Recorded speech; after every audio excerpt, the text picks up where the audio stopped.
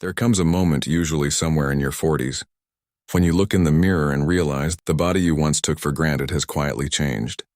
The metabolism that used to forgive every late-night meal and skipped workout has slowed down. Recovery takes longer. Energy feels harder to find. And the fitness advice that worked in your 20s suddenly feels like it belongs to a different person entirely. If I had to start over after 40 knowing everything I know now, I would do things radically differently. Not harder, smarter. The first thing I would do is completely abandon the mindset that more is better.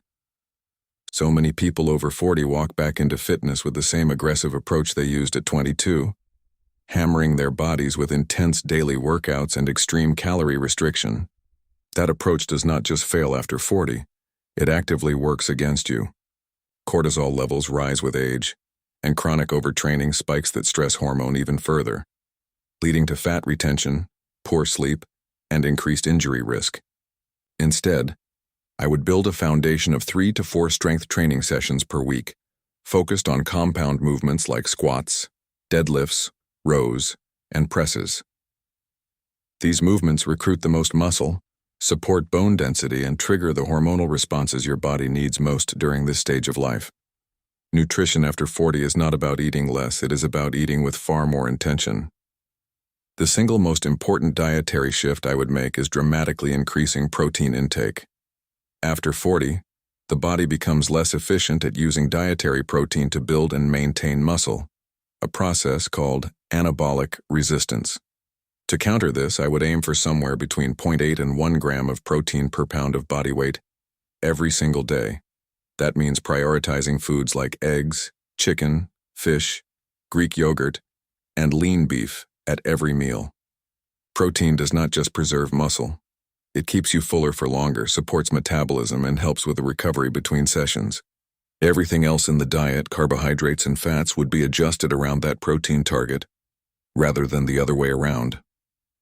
Here's the part most people skip because it does not feel like doing something. Sleep is where the real transformation happens.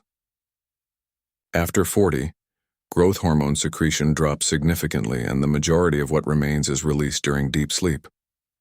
Skimping on sleep does not just make you tired. It actively sabotages muscle growth, increases fat storage, and wrecks your motivation to train. I would treat 7 to 9 hours of quality sleep as a non-negotiable training variable, just as important as the workout itself. Beyond sleep, I would build deliberate recovery days into every week. Not lazy days, but active recovery through walking, light stretching, or mobility work.